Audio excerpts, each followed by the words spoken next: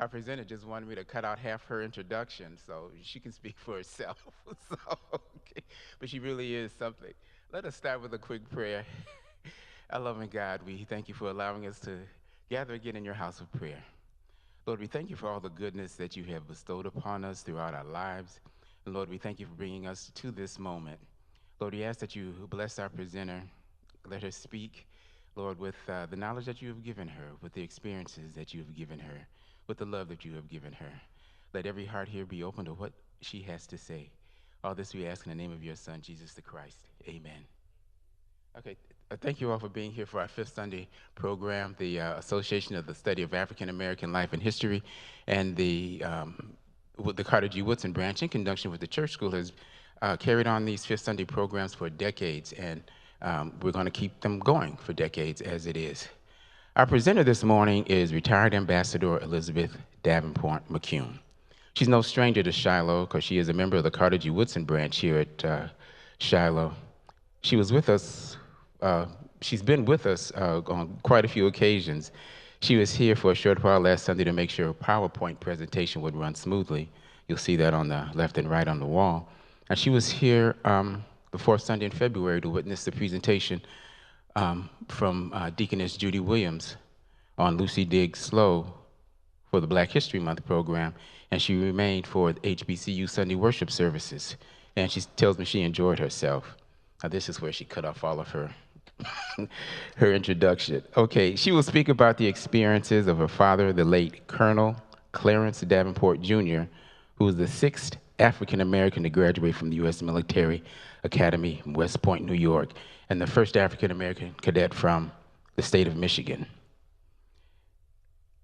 So with that, here's Ambassador retired Elizabeth Davenport McCune.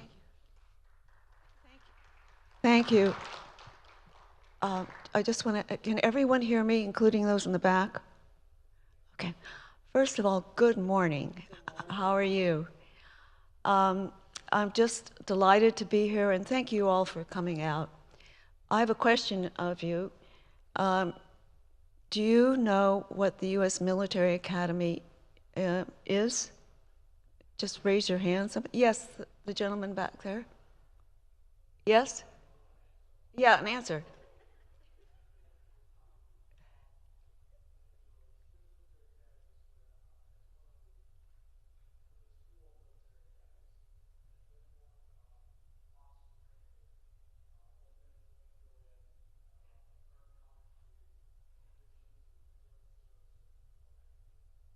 Boy, that's a better answer than I could have given. Thank you. Um, excuse me. Yes, and during the 20th century and the 19th century, the U.S. Military Academy at West Point was really one of the chief funnels for a person to become an officer. When you graduate, you're commissioned. And as Robert mentioned, my father was the sixth in the overall history of West Point to happen to be an African American to graduate in the third in the 20th century. West Point people, the cadets, the overwhelming majority get their appointments by from a congressional representative, and the vice president can also appoint a cadet to be to spend his years there and get a bachelor's of science degree. There's a saying that God gives his greatest battles to his strongest soldiers. And this is certainly true of my father, Clarence Davenport. And I'm going to tell you the story of his experience at West Point. Let me start by telling you a bit about his background. He was born in 1918 in Rowe, Arkansas. Rowe is a very, very small town. You can barely see it on the map. And he was instilled at the very beginning with strong values. His mother was a teacher, and she taught him how to read and count up to 100 and know the alphabet. And this is when he was in kindergarten. Could you please show the first slide? Thank you. That's a photo of him I think it's probably when he was in his teens. But at any rate, when he was 4, his family left like many people did, and left the South in the Great Migration, and they ended up in Detroit. His father, my grandfather, Clarence Davenport Sr., he may not have had a college education, but he could write. He got a job at Ford Motor Company. And how did he get this job? It was the African American Church, the Second Baptist Church in Detroit. They had a legendary pastor there, Robert Bradby. And Robert Bradby had a very good relationship with Henry Ford. And so that's how hundreds and hundreds of people who came to Detroit got their jobs. Clarence Davenport Sr. Was probably in very low-paying jobs. And the family was, they had to scratch a lot. And my dad started working at 7 years old. They did live on the border with a white neighborhood. And as a result of that, my dad went to predominantly white schools. He was treated there pretty well. He recalls, for example, that the schools were German and Polish. He recalls that during the Polish national days, or holidays, in the auditorium period, the kids, kids are innocent. They don't know about, a lot of them anyway, don't really care about color. So he was dressed up in Polish costume, and for a long time he thought there were African Americans or blacks in Poland. There was a segment of them. When there was a contest for building a birdhouse in elementary school, and these mixed schools, actually he was one of 4 or 5 blacks in the entire school population, he didn't have much to make a birdhouse with. He had a toy set and had some old wood and some lumpy paint. And it turned out, he presented this birdhouse, it was in the contest, and everybody else had these streamlined birdhouses, but the teachers panel chose his as the number 1. Another good incident was when he was sick. He had applied to play as Rumpelstiltskin at school, and he couldn't come to the final tryouts, but one of his white students stood up for him, and he ended up getting that role. Clarence, my father, wrote that his teachers were very kind to him, but that wasn't really it. He was brilliant. He was really, really brilliant. He was a math genius. So it was easy to be kind to Clarence if you were a teacher. And when he graduated, he mentioned that, this was depression times. He mentioned that one of his colleagues was the one who graduated valedictorian, Casimir Bodetko, who is white. Casimir couldn't go to college because he had 2 sisters and a widowed mother. And there were many whites like that, but my father managed to go. It was only later that I heard one bad story about his experience. And he was very careful with his children. I have 2 brothers. And this was after he died. I heard from a friend of his who was at Pershing, and Clarence told his friend, Orland Jones, that the principal of the school, Pershing High School at Detroit, had told my dad that he would have been president of the class, but for the fact that he was black. But my father tried to protect me from that sort of stuff. As a matter of fact, this story I'm telling you, I had to drag it out of him. So when my father graduated, he applied for a management job at Ford Motor Company. He did not get it. He did not get it because they wanted somebody who was physically stronger. My dad is 5'7" and very slight in build. So then he applied for other jobs, and he finally ended up in the shoe department of Hudson Department Store, which was like the Macy's of that day. It was a really iconic store. He still had tremendous ambitions. and he wanted to go to college. He looked at the very fine historically black and colleges and universities, but this would tear him away from home, and his part in financially helping the family was, made it really difficult for him to go. In addition to which, although I heard about this later, he had seen a picture of my mother who lived in Detroit. And my mother was stunning. He had not met her, but he told everybody when he saw that picture, this is the woman I'm going to marry. So if he wanted to make sure to keep the other guys away, he was going to be in place in Detroit. By the way, they were married 64 years until his death. So in 1938, he saw, I want to backtrack. He did end up at the University of Detroit. As I mentioned, my father had no money. He was working all sorts of odd jobs. And the University of Detroit requires that you pay up front. But he had the nerve to speak to the treasurer, the bursar, Father Purser. By the way, my dad was Protestant, but he was looking for a good education. And my father proposed, I want to do pay-as-you-go. I only have $92 of the $125 that's needed for the tuition. And the bursar said, I've never heard of this being done. But my dad, if you met my dad, you would understand. He was able to persuade him. And for 3 years, my dad went to the University of Detroit, always in arrears.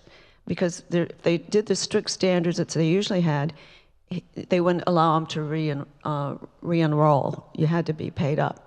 And mind you, this was in the Depression, so that was a very, very good gesture. Anyway, he was at school, and in 1938, he saw an ad in the newspaper that they needed candidates for Annapolis, the Naval Academy, and it was Congressman O'Brien. This was in the early part of 1938. So he applied, and he got notification that there was no position available, that the congressman didn't have anything to give. But he later saw an announcement in the paper that said that which announced that a white person had gotten the slot. Later that year in November, Congressman O'Brien lost his seat. He was a lame duck. But nonetheless, West Point contacted Congressman O'Brien and said, if you can give us somebody by January 1st, 1939, your candidate is in. Well, Congressman O'Brien, who's white, he wasn't finished with politics. So my father was well known in the African American community. He was as a rising star. He went to all the church groups, and et cetera, et cetera.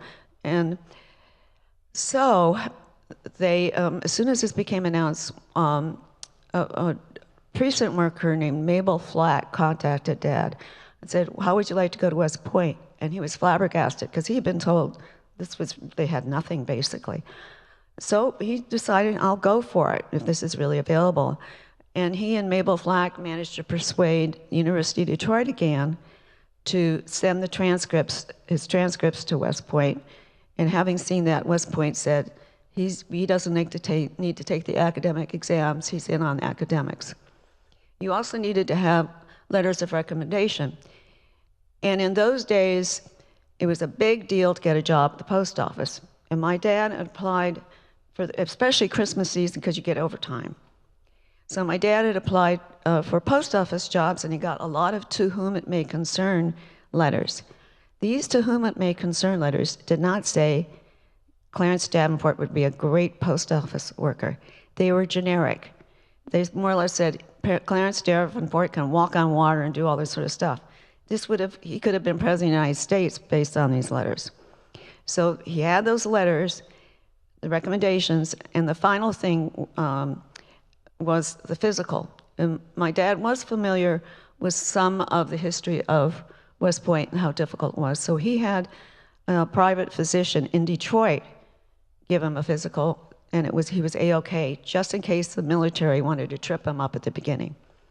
Anyway, West Point asked him to go to Fort Sheridan in Illinois. And he passed the physical there. This was the West Point military one. And a white colonel there took him aside, and he said, "You have two choices. You can go to West Point and protest and resign or get dismissed, or you can go to West Point, take all the horrible treatment, focus on graduating, and deal with the treatment privately in your own way." So he took that on board. So it became known within the community that my father was appointed to West Point. Could you show the second slide, please? Oh, good. Again, this was a big deal. Some of you are undoubtedly aware about the African American press. I mean, this is, nowadays, if somebody is appointed to West Point, you wouldn't even see it probably in the local press. This was in the Pittsburgh Courier, Chicago Defender, all the African American newspapers. I think there were about, the circulation was in the tens of thousands in those days.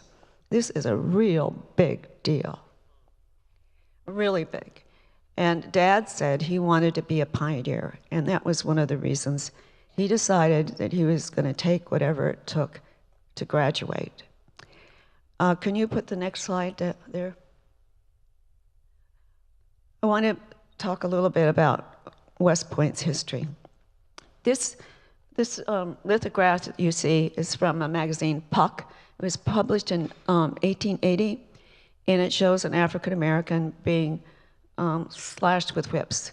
He's running the gauntlet at West Point. It was known that how hard it was. And I'm going to read a couple of statistics.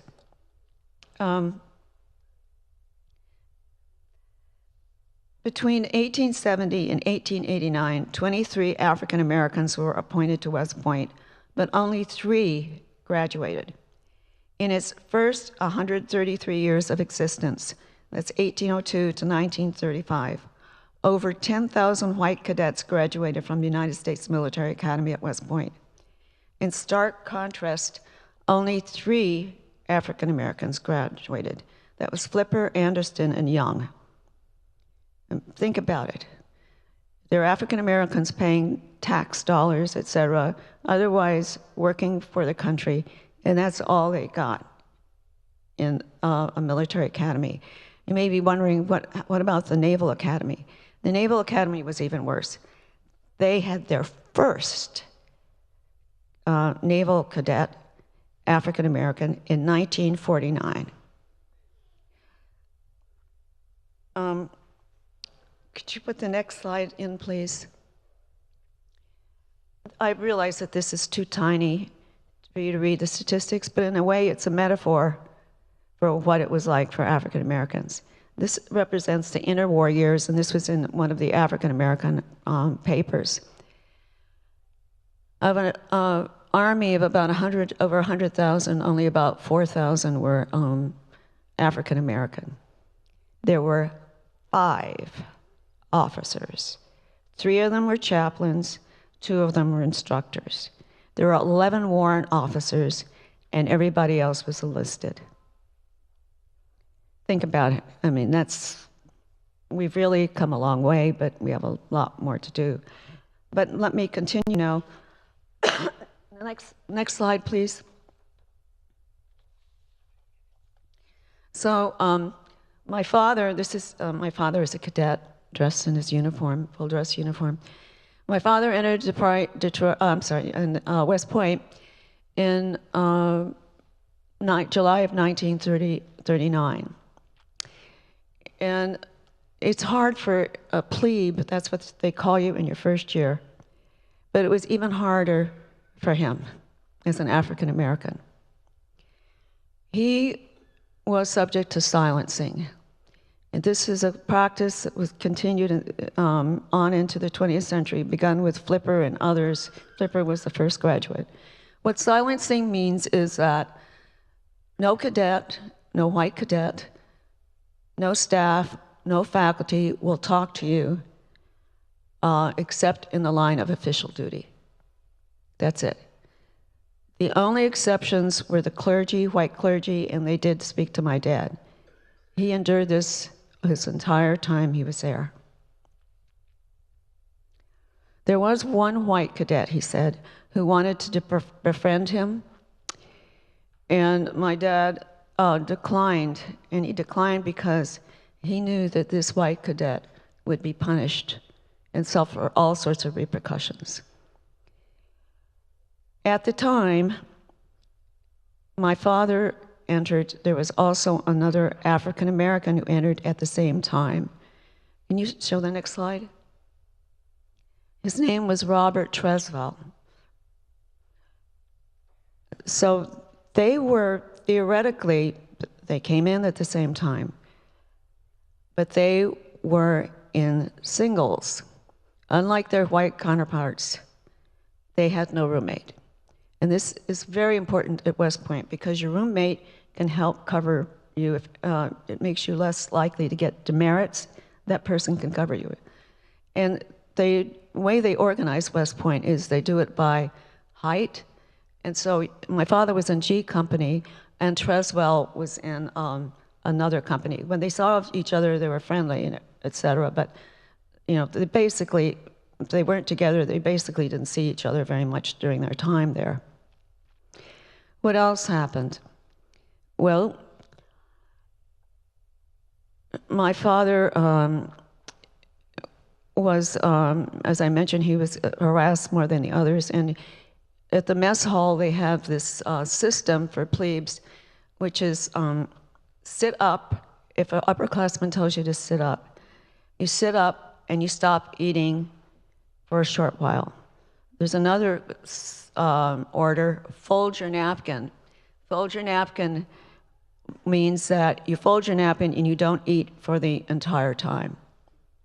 What happened to my dad and other African, and Treswell, was that they got this much more than other people. And for my dad, this had tremendous effect because he went hungry.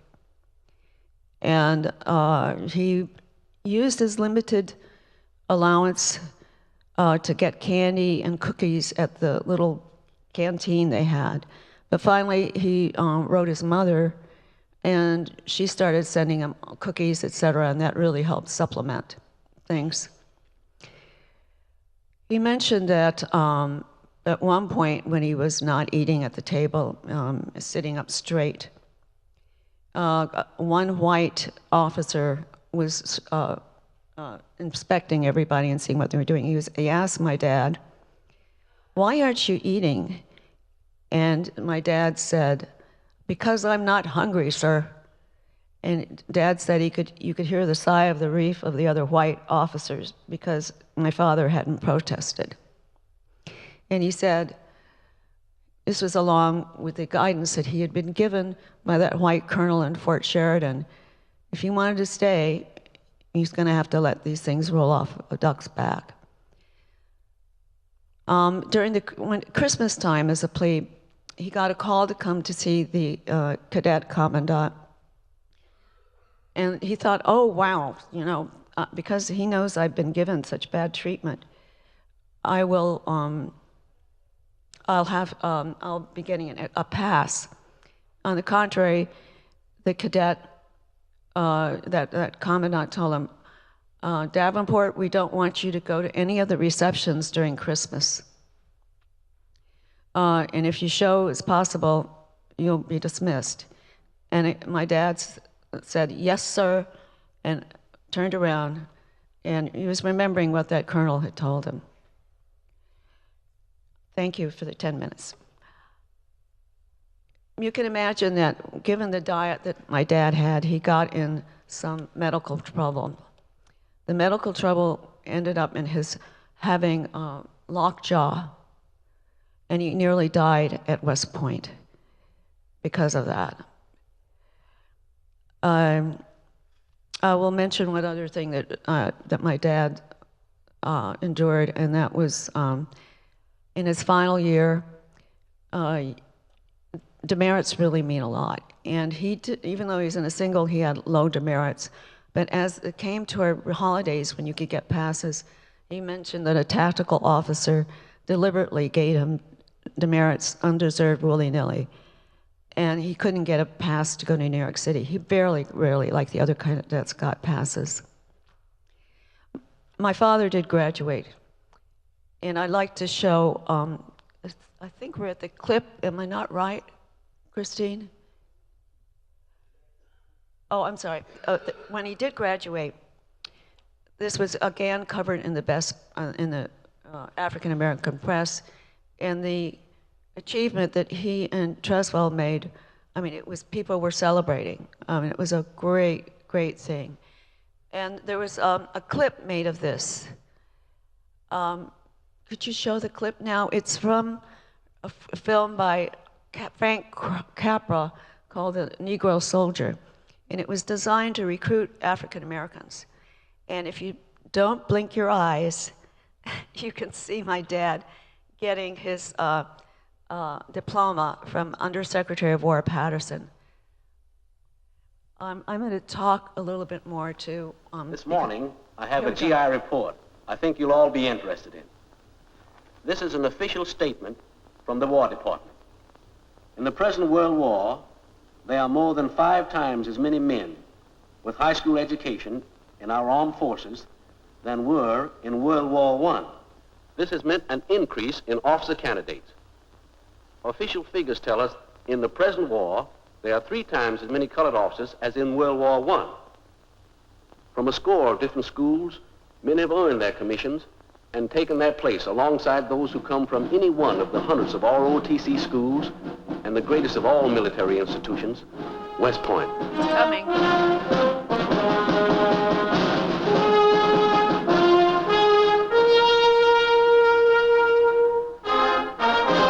There he is. Okay. Thank you. I wish you were here to hear you clap.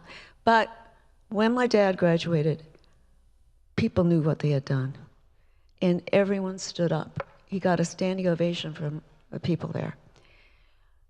My father went on to have a great career.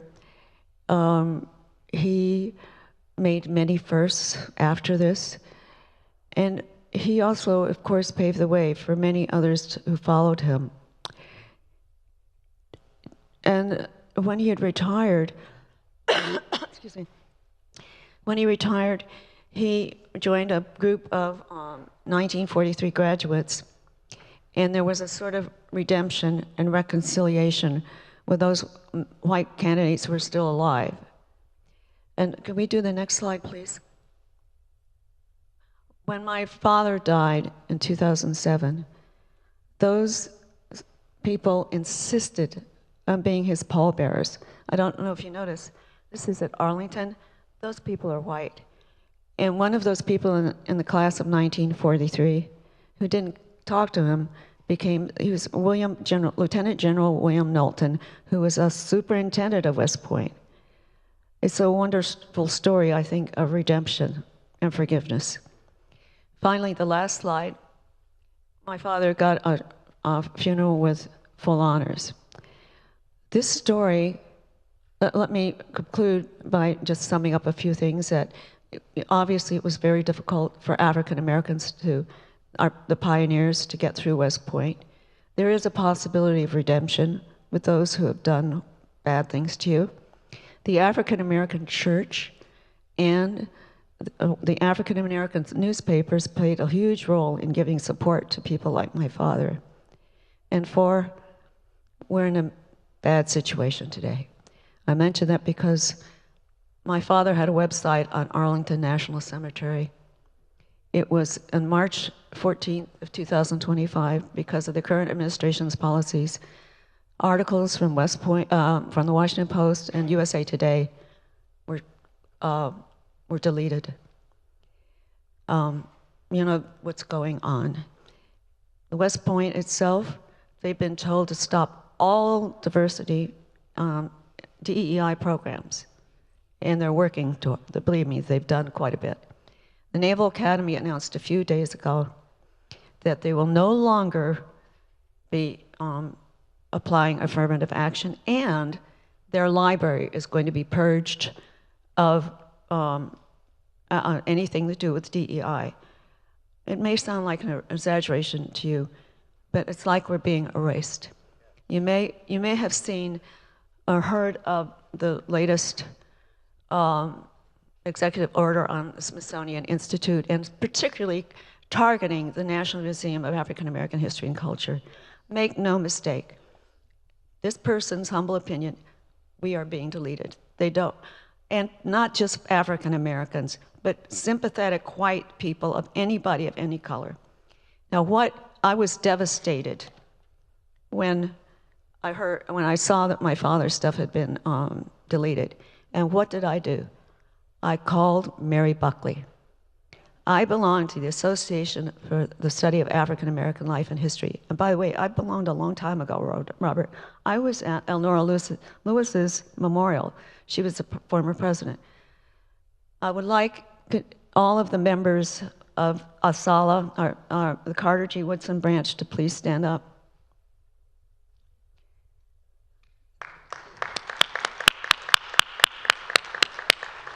These people are saints.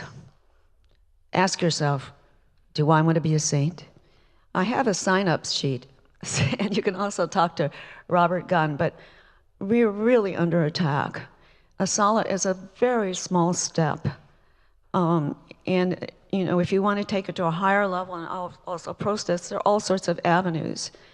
But I do hope that you take heed of that. The saying, we've heard the saying that Martin Luther King said that the long arc of what? Yes, thank you very much. The moral arc of the universe is long, but it bends towards justice. Well, Attorney General Eric Holder made a point about this. He said, yes, it turns towards justice, but we have to pull it. We cannot sit. I cannot sit, and that's one reason I'm delighted to be here. It makes me whole. We cannot sit silent, and joining ASALH is, and by the way, Robert did not put me up to this.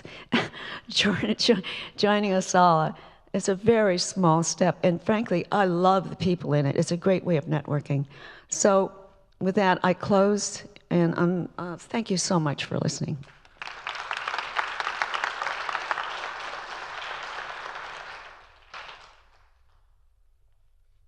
Thank you, Ambassador McCune. Are there any questions that anyone would have of her? We have one in the back. Mic's not on yet. Lima, would you holler?